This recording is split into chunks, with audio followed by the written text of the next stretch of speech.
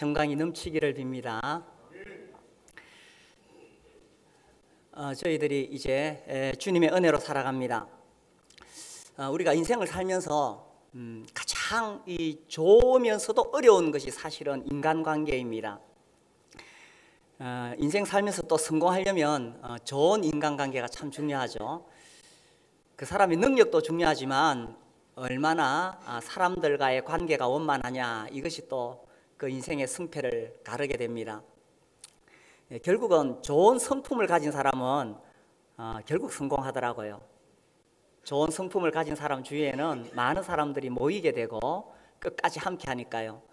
그러나 또 그렇지 못하면 처음에는 좋았다가 어느 시점에 이렇게 쉽게 관계가 깨어지는 사람들이 있습니다. 그래서 또 살다 보면 어떤 경우에는 정말 내가 좋은 관계를 끝까지 가고 싶은데 배신을 당하기도 합니다. 오늘 성경에 보면 그런 사람 이야기가 나옵니다.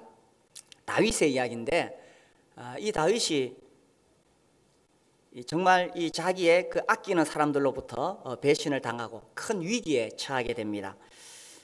시편 3편 말씀을 보시면요, 여호와여 나의 대적이 어찌 그리 많은지요, 일어나 나를 치는 자가 많으니이다. 지금 많은 사람들이 이 다윗을 대적하고 있습니다. 근데 이 사람들이 어떤 사람들이냐면 다 다윗의 은혜를 입었던 사람들입니다. 특히 지금 여기서 이 대적자 중에 주동자가 누구냐 하면 다윗의 아들입니다. 그 시편 3편 위에 보면 설명이 있어요. 다윗이 그의 아들 압살롬을 피할 때에 지은 시, 이렇게 되어 있습니다. 아들이 아버지에게 반역을 일으켰는 거예요. 이 다윗 왕이 다스리고 있을 때에 이 아들이 반역을 일으킨 것입니다. 제가 이 시편 말씀을 가만히 보면서 이 다윗이 참 얼마나 힘들었을까. 사실 다윗은 젊은 시절에 수많은 죽음의 위험을 넘기게 됩니다. 젊은 시절에 얼마나 어려운 일을 많이 겪었는지 모릅니다. 그런데 이제 드디어 왕이 되지요. 왕이 되어서 나라를 통치할 때는 이제 모든 것이 다 안정이 되었습니다. 그래서 이제는 다윗이 왕으로서 왕권을 가지고 있고 모든 것이 안정되고 모든 것이 다 이제 문제가 없습니다. 제 성경에 보니까 이때 연대를 이렇게 추정해 보면 이게 뭐 정확한 건 아닙니다. 제가 가지고 있는 성경에서 설명을 달아놨는데 제가 쭉 계산을 해보니까 이때 다윗의 나이가 55세쯤 됐어요. 55세. 사람이요, 젊을 때는 어려운 일이 있어도 또 이겨나갑니다. 또 젊을 때는 아무튼 힘들어도 젊으니까 이겨나가요. 근데 55세라 하면 중년입니다. 중년의 위기. 이제 모든 것이 다 안정이 되었는데 이 중년의 큰 위기를 맞이하게 되면 굉장히 사람이 힘듭니다. 다시 그 위기를 딛고 일어서는 것이 쉬운 일이 아닙니다. 그런데 지금 다윗이 중년의 큰 위기를 맞이하게 된 것입니다. 그래서 이 다윗이 이제 왕이 되었는데 아들이 반역을 일으키니까 거기서 쫓겨나서 도망을 가게 되는 거예요. 근데 사실 다윗이 이렇게 된 데는 이유가 있습니다. 그 전에 몇 년 전에 다윗이 자기 부하의 아내를 빼앗았어요. 그 충성스러운 부하를 죽이고 그 아내를 빼앗아서 자기 처로 삼았던 것입니다. 그래서 하나님께서 그것을 보시고 다윗에게 경고를 하셨어요. 네가 어떻게 이런 일을 할 수가 있느냐. 앞으로 네 집에 영원토록 칼이 떠나지 아니하리라. 그래서 다윗의 집안에 계속 이 재앙이 있을 것을 하나님께서 경고를 하셨어요. 그래서 얼마 뒤에 다윗에게는 아내들이 여러 명 있었죠. 그래서 아들, 딸들이 많이 있는데 그 아들 중에 하나가 이복 누이를 강제로 범했어요. 그 다윗의 자식들 중에서 그런 일이 일어나게 된 것입니다. 그러니까 그 누이의 친오빠가 또 가만히 있지 않고 복수를 했어요. 그래서 자기 누이 동생을 범한 그 또 다른 자기 형제죠. 그 형제를 결국 죽이게 됩니다. 그래서 아들 사이에 이런 살인 사건이 일어나게 됩니다. 그리고 그 아들이 도망을 가버렸어요. 그 아들이 바로 압살롬이죠. 그래서 이 다윗의 집안에 이런 큰 문제가 이제 재앙이 생기기 시작한 겁니다. 그렇지만 결국 또 다윗은 그 압살롬을 용서하고 불러들였어요. 다 용서해주고 그래도 내 아들이니까 용서해주고 그렇게 있었습니다. 그런데 이 압살롬이 중간에서 백성들의 민심을 다 모아가지고는 그 아버지에게 반역을 일으킨 것입니다. 그래서 이 소식을 듣고 다윗 왕은 왕궁을 버리고 이제 강을 건너서 도망을 가게 됩니다. 그때 이 시를 지었는 거예요. 다윗이 그의 아들 압살롬을 피할 때 지은 시이다. 참 이런 거 보면요, 우리가 살면서 어떤 면에서 우리가 뿌린 것을 거두어야 됩니다. 다윗이 그 모든 것을 다 가지고 있는데 말이죠. 그리고 젊을 때, 어렵고 힘들 때 얼마나 하나님만 의지하며 살았는데 그 중년에 그런 죄를 범하고 이런 대가를 치르게 되는 겁니다. 그래서 이런 거 보면요, 오히려 우리가 어렵고 힘들 때는 하나님을 찾게 됩니다. 그런데 모든 것이 다 안정되어지고 살만하고 경제적으로나 또 사업이나 가정적으로나 모든 것이 안정이 되어졌을 때 참 조심해야 돼요. 다윗이 왕이 되어서 모든 것이 다 안정이 되어졌을 때 그런 큰 죄를 저질렀던 겁니다. 그리고 그에 대한 대가가 너무 엄청납니다. 왕좌에서 아들이 반역해서 쫓겨나게 되는 너무나 엄청난 대가를 치르게 됩니다. 그래서 이제 쫓겨가면서 다윗이 첫 번째로 하는 말이 이거예요. 여호와여, 나의 대적이 어찌 그리 많은지요. 일어나 나를 치는 자가 많으니이다. 사실은 다 자기 백성들이었었어요. 이 상황이 이제 사무엘하 15장에 나옵니다. 사무엘하 15장에 보면 이제 자기 아들이 반역을 일으켰다 하는 소식을 듣게 되는데, 이 15장 13절에 보면 전령이 다윗에게 와서 말하되 이스라엘의 인심이 다 압살롬에게로 돌아갔나이다 한지라. 참 이 말씀이 어떻게 보면 이해가 안 돼요. 그래도 다윗이 왕이고 지금까지 다윗이 이 영향력을 미치고 있었는데 어떻게 하루아침에 인심이 달라질 수 있느냐 하는 것입니다. 하루아침에 압살롬이 반역을 일으키니까 이스라엘의 인심이 다 압살롬에게로 돌아갔나이다. 이게 사람입니다. 사람은요, 이 사람이 이렇게 변덕이 심하다니까요. 또 이런 사건이 있을 때 어디에 줄을 서야 되는가 이걸 계산한다니까요. 지금까지 사실 다윗의 언덕으로 그 백성들이 잘 살았지요. 그 전만 해도 이방 민족이 와서 계속 괴롭혔습니다. 그런데 다윗이 왕이 되고 나서부터는 감히 이방 민족이 들어올 수가 없어요. 이렇게 다윗이 전쟁으로부터 지켜주고 그 백성들을 잘 다스렸어요. 그런데 압살롬이 반역을 일으키니까 그만 하루아침에 사람들의 인심이 그쪽으로 다 기울어지게 된 겁니다. 다윗이 얼마나 배신감을 느끼겠어요? 사람들이요, 사실은 진짜 내 친구가 누구냐, 내가 어려운 일 당했을 때 알게 됩니다. 내가 진짜 어려운 일 당했을 때 그때도 나와 함께하는 사람, 그 사람이 진짜 친구입니다.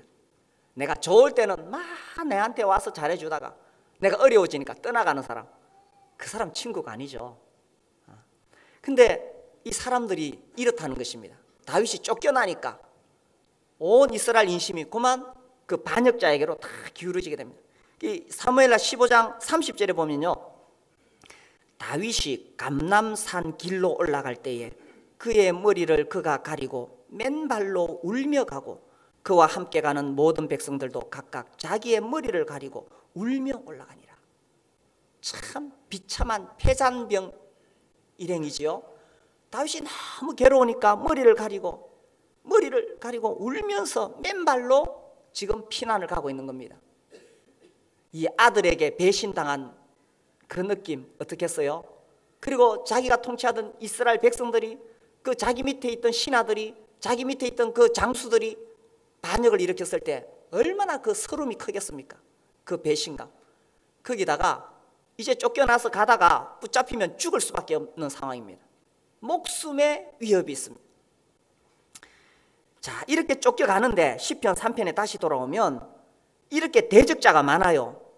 대적자가 많은데 3편 2절에 보면 많은 사람이 나를 대적하여 말하기를 그는 하나님께 구원을 받지 못한다 하나이다. 자, 이 다윗이 지금 처해 있는 상황이 너무너무 어렵고 힘든데 여기다가 사람들의 말이 더 무서운 거예요.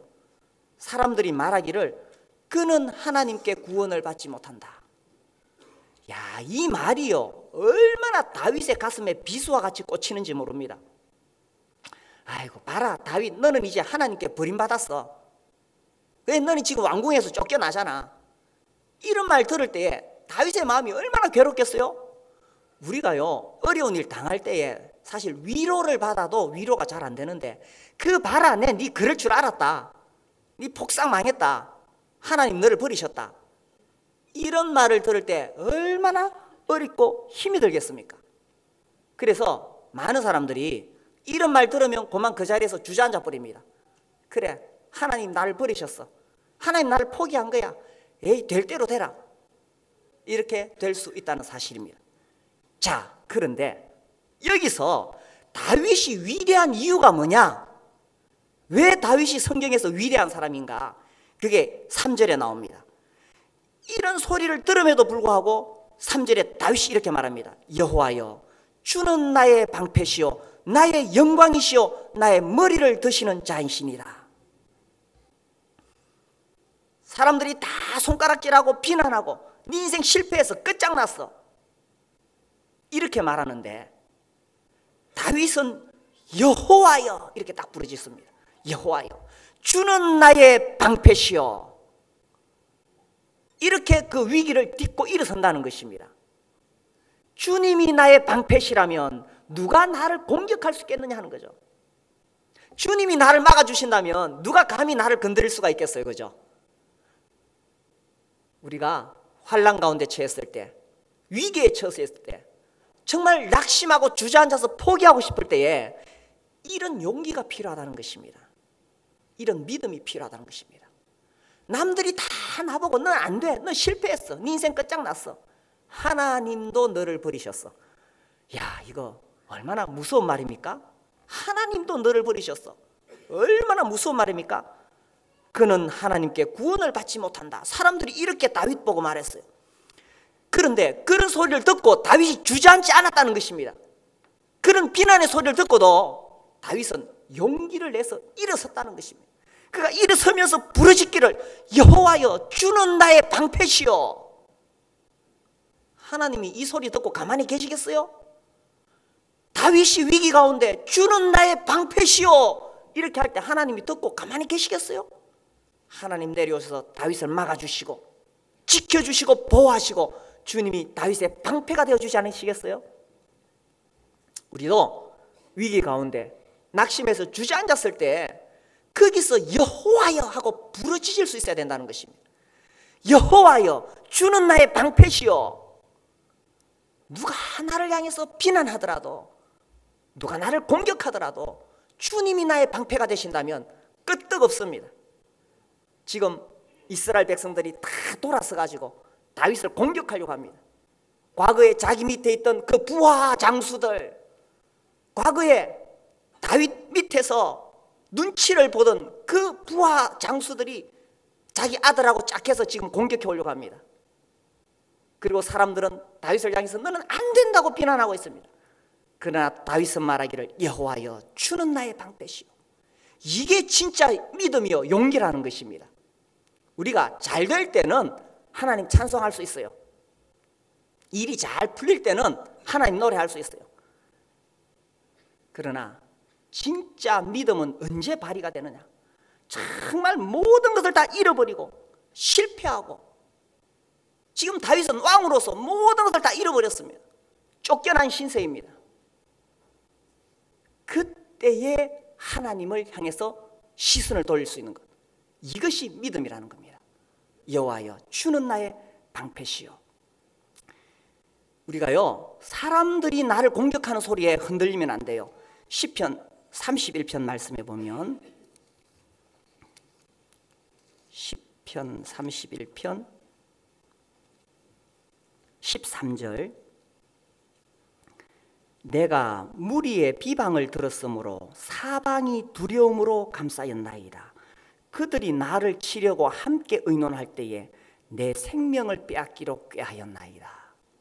여기 보면 많은 사람들이 이제 이 다윗을 비방하고 사방이 두려움에 감싸 있어요. 그때 14절 보세요.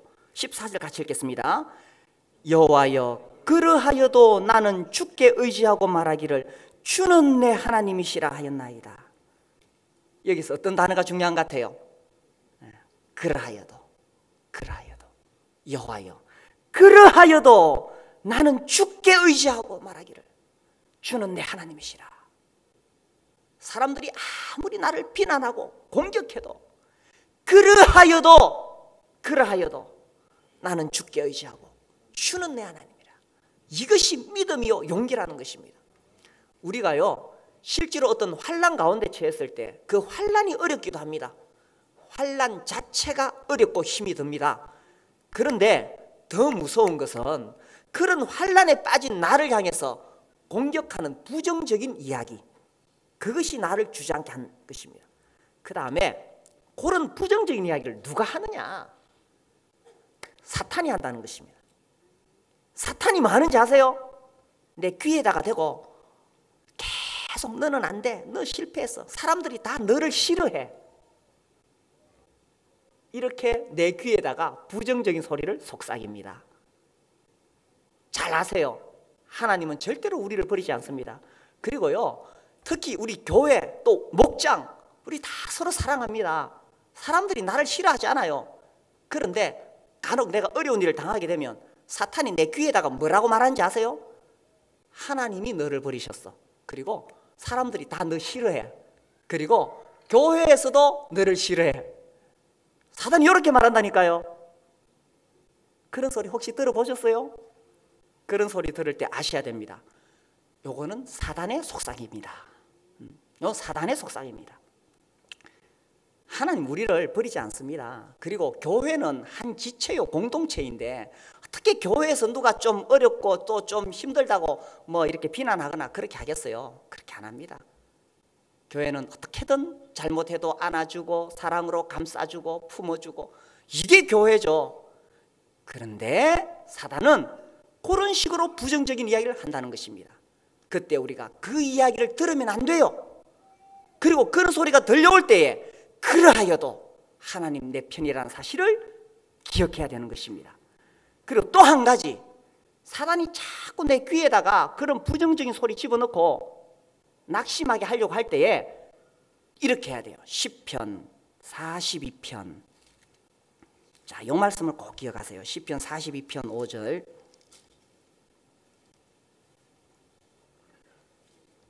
(42편) 5절에 보시면 내 영혼아 네가 어찌하여 낙심하며 어찌하여 내 속에서 불안해하는가?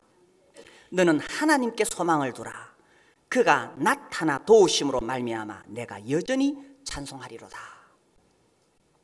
자, 이 말씀, 제가 이 말씀의 의미를 깨달은 것은 로이드 존스의 설교를 통해서입니다. 이분이요 뭐라고 말씀하시냐 하면은 지금 이 부정적인 이야기가 내 귀에 계속 들어올 때에, 사탄이 내 귀에 들어올 때 이렇게 하라는 거예요. 이렇게 어떻게 하느냐? 5절 내 영혼아. 지금 누구에게 말하는 것입니까? 내 영혼아. 누구에게 말하라는 거예요? 내 영혼에게 내가 말하라는 것입니다. 내 영혼에게 내가 말하라는 거예요. 내 영혼에게 설교를 좀 하라는 거예요. 뭐라고 설교하느냐? 내 영혼아 네가 어찌하여 낙심하며 어찌하여 내 속에서 불안해하는가? 무슨 뜻인지 전달되고 있죠?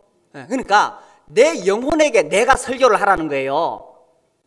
그렇게 나오잖아요. 내 영혼아 내게 설교를 하는 거예요. 내 영혼에게 네가 어찌하여 낙심하며, 내 영혼에게 내가 말하라는 거예요. 어찌하여 내 속에서 불안해하는가? 너는, 지금 나에게 하는 말입니다. 너는 하나님께 소망을 두라. 우리가요 다른 사람에게 설교하는 것보다 진짜 중요한 것은 자기 영혼에게 설교할 수 있어야 됩니다. 내가 내 영혼에게 설교할 수 있어야 돼요. 설교는 뭐냐 하면 하나님을 바라보게 하는 것이요, 하나님을 의지하게 하는 것이요, 하나님을 믿음으로 담대하게 하는 것이 설교잖아요. 누구에게 설교하느냐? 나에게 설교. 나에게 뭐라고 설교하느냐? 너는 하나님께 소망을 두라. 그가 나타나 도우심으로 말미암아 내가 여전히 찬송하리로다. 이렇게 내 영혼에게 설교하라는 것입니다. 자기에게 설교하세요. 자기에게. 그래서 이 부정적인 이야기는 우리를 낙심케 하고 실패하게 하고 주저앉게 만듭니다. 부정적인 이야기는요, 우리 모두를 넘어뜨릴 수 있습니다. 12정탐꾼을 보냈을 때에 그 10정탐꾼이 돌아와서 뭐라고 말했어요? 우리는 가나안 땅 올라갈 수 없다. 거기는 거인들이 있다. 아낙 자손들이 있다. 우리는 가서 싸워서 이길 수 없다. 우리 모두 다 죽을 것이다. 이렇게 부정적인 이야기하니까 이스라엘 민족 전체가 그냥 낙심하고 주저앉게 되는 것입니다. 이 부정적인 이야기, 이렇게 무서운 거예요. 그래서요, 목장에서나 교회에서나 부정적인 이야기는 막아야 됩니다. 이 부정적인 이야기가 나오면은 그 목장 전체가 아이고 고마, 우리 목장은 사랑도 없어, 우리 목자님은 리더십도 없어, 이런 식으로 부정적인 이야기가 나오면 목장 전체가 주저앉아 버립니다. 교회도요, 우리 교회는 사랑도 없고, 우리 교회는 뭐도 없고, 우리 교회는 하면서 부정적인 이야기가 나오면 교회 전체가 주저앉을 수 있는 거예요. 부정적인 이야기는 개인과 그리고 목장과 교회 전체를 파멸시키는 것입니다. 그런 부정적인 이야기가 들려올 때에 거기에다가 귀를 기울이면 안 돼요. 거기다 귀를 기울이면 안 되고 우리가 여기서부터 일어서야 되는 겁니다. 나에게 먼저 내 영혼아 어찌하여 낙심하느냐, 내 영혼아 어찌하여 불안해하는가, 네 소망을 하나님께 두라. 나에게 먼저 설교하고 목장에 가서도 긍정적인 이야기를 하고 교회에서도 긍정적인 이야기, 이렇게 해서 전체가 살아나는 것입니다. 우리 교회가 여기 이제 건축하고 들어왔을 때 사실 부정적인 이야기 많이 들었어요. 그 교회는 뭐 교파가 없더라, 교단이 없더라 하고 뭐 온갖 이상한 이야기 다 들었어요. 심지어 우리 보고 뭐 이상한 데라고 말하더라고요. 제가요, 처음에 딱 그 소리 듣고 너무 괴로웠어요. 분노했어요. 아니 저들이 우리에 대해서 뭐 제대로 알지도 못하면서 왜 그렇게 쉽게 판단하는가. 진짜 성경 펴놓고 이야기해보자. 성경 펴놓고 성경에 무슨 교파가 나오며 교단이 나오며 성경 펴놓고 해보자. 제대로 성경대로 예배 드리는 데가 어딘지 한번 해보자.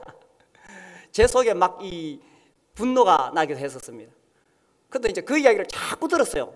들으면서 제가 생각하기를 이거 자꾸 들으면서 내가 낙심할 필요가 어디 있는가.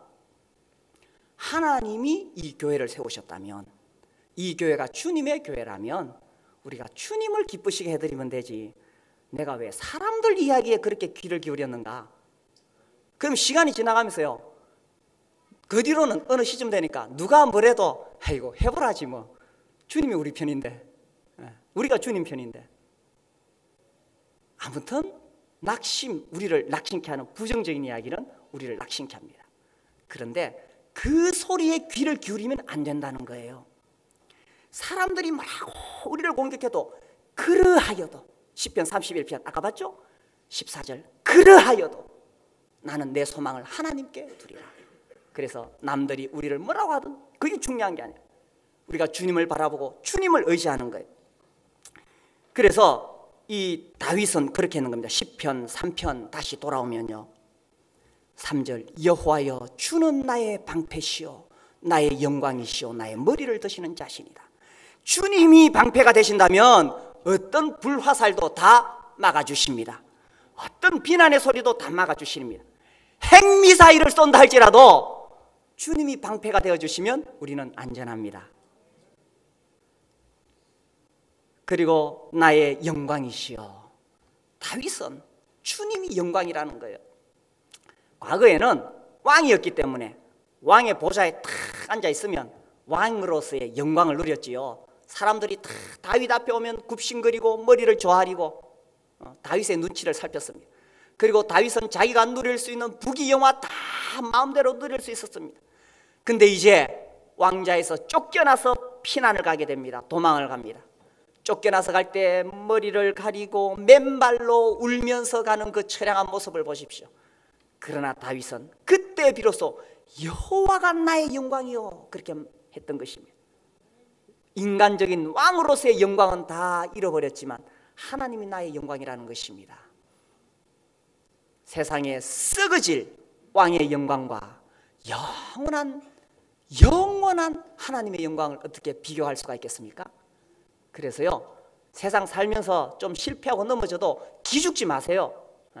인간적인 영광으로 우리가 사는 거 아니에요. 여호와가 나의 영광인 것입니다. 그리고 나의 머리를 드시는 자신이다. 하나님은요, 우리가 좀 인생 살다가 실패하고 넘어진다고 고개 푹 숙이고 기죽고 사는 거 원치 않습니다. 하나님, 우리가 고개를 들게 하시는 분이십니다.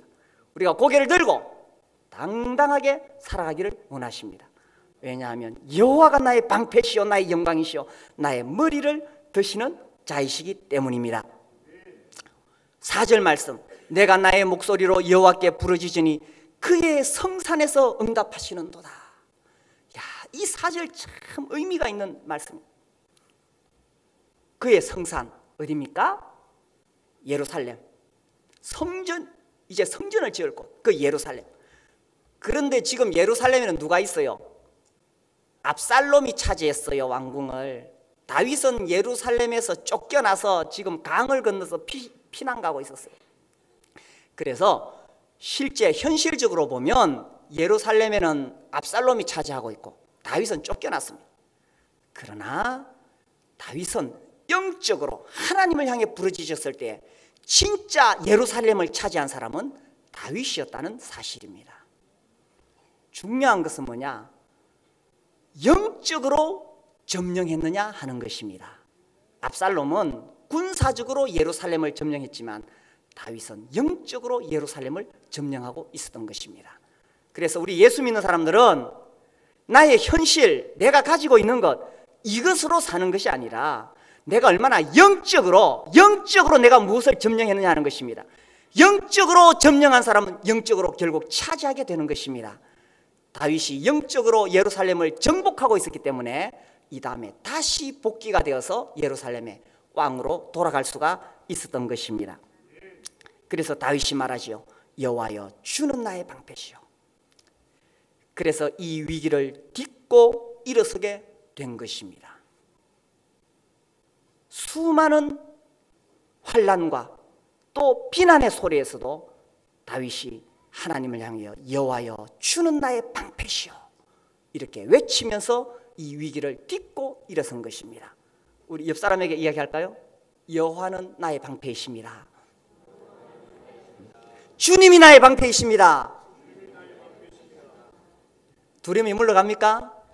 누가 우리를 건드릴 수가 있겠습니까?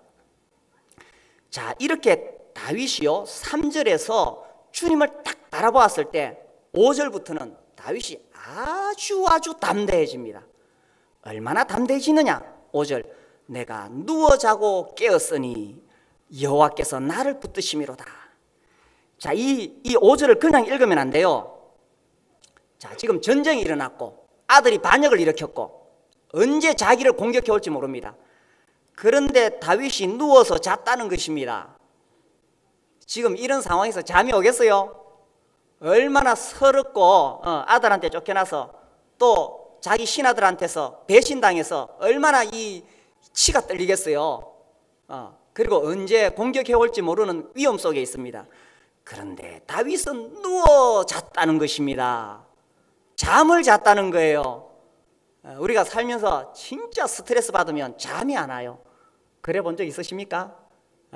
그런데 다윗은 이런 상황에서도 잠을 잤다는 거예요. 왜 잠을 잤느냐? 여호와께서 나를 붙드심이로다.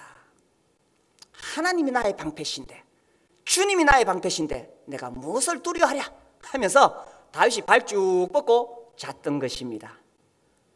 저는 심하게 불면증을 겪어본 적은 없습니다. 가끔 이렇게 잠이 안 온 적이 있기는 하지만 아무튼 그때는 엎드려 기도합니다. 그러다 보면 자고 있습니다. 우리 성도님들 불면증 제가 경험 안 해봐서 잘 모르겠지만 아무튼 그런 거 올 때에 엎드려 기도하십시오. 여호와여 주는 나의 방패시여. 그렇게 하다 보면 잠이 오게 될 것입니다. 시편 127편 2절 말씀에 보면 주님이 사랑하시는 자에게 뭘 주신다고요? 잠을 주시는도다. 이 참 고마운 말씀입니다. 진짜 스트레스 받아서 불면증 걸리면 잠이 안 오는데 주님이 나를 사랑하시면 잠이 오는 것입니다. 예배 시간에 꼬박꼬박 졸면서 이 말씀을 인용하면 절대로 안 되겠죠. 그러나 우리 그리스도인은 불면증을 이길 수가 있습니다. 우리가요 주님을 의지한다는 것이 얼마나 놀라운 일인지 모릅니다. 우리가 하나님의 자녀가 된다는 것이 얼마나 놀라운 일인지 모릅니다. 이처럼 주님이 지키시고 보호하신다는 거예요. 우리 가운데 아직도 예수 그리스도를 영접하지 못하신 분이 계신다면 예수님을 나의 주님으로 영접하십시오. 불면증에서 해방됩니다. 뿐만 아니라 이 땅에 사는 동안에 수많은 문제로부터 주님이 나의 방패가 되셔서 나를 지키시고 보호해 주실 것입니다. 6절 말씀 보시면 천만인이 나를 애워싸 진친자 하여도 나는 두려워하지 아니하리로다. 이 다윗의 마음에 점점 더 담대함이 오게 됩니다. 두려움이 없게 됩니다. 이 다윗이요 처음에 왕궁에서 쫓겨날 때는 맨발로 갈면서 울면서 걸어갔어요. 그런데 시간이 지나가면서 다윗의 마음속에 점점 믿음이 회복되고 담대해지기 시작했습니다. 다윗은 정말 믿음의 사람이었습니다. 다윗이 등장한 곳이 어디냐 하면 사무엘상 17장 골리앗과의 전투지요. 그때 이스라엘 백성들이 다 두려워서 숨었습니다. 다 도망갔습니다. 골리앗이 나와가지고 날마다 나하고 붙을 사람 나하고 싸울 사람 나와봐라 이러면서 위협했습니다. 아무도 감히 골리앗을 대항할 수 없습니다. 그때 다윗이 어린 소년으로서 물맷돌을 들고 나아갔던 것입니다. 그때 그가 외치기를 너는 칼과 창과 단창으로 나오지만 나는 만군의 주 여호와의 이름으로 네게 가노라. 그때 다윗은 두려움이 하나도 없었습니다. 그의 믿음이 완전히 하나님 앞에 있기 때문에 그 골리앗이 3m든 4m든 전혀 두려움이 없습니다. 하나님을 의지할 때 두려움이 사라지게 되는 것입니다. 하나님을 의지하는 사람은 두려움이 없습니다. 주님이 나의 방패신데 정말 담대해집니다. 그래서 그 물맷돌로 골리앗을 쓰러뜨렸습니다. 이제 여기서도 다윗이 말하기를 천만인이 나를 애워싸 진친다 하여도 나는 두려워하지 아니하리로다.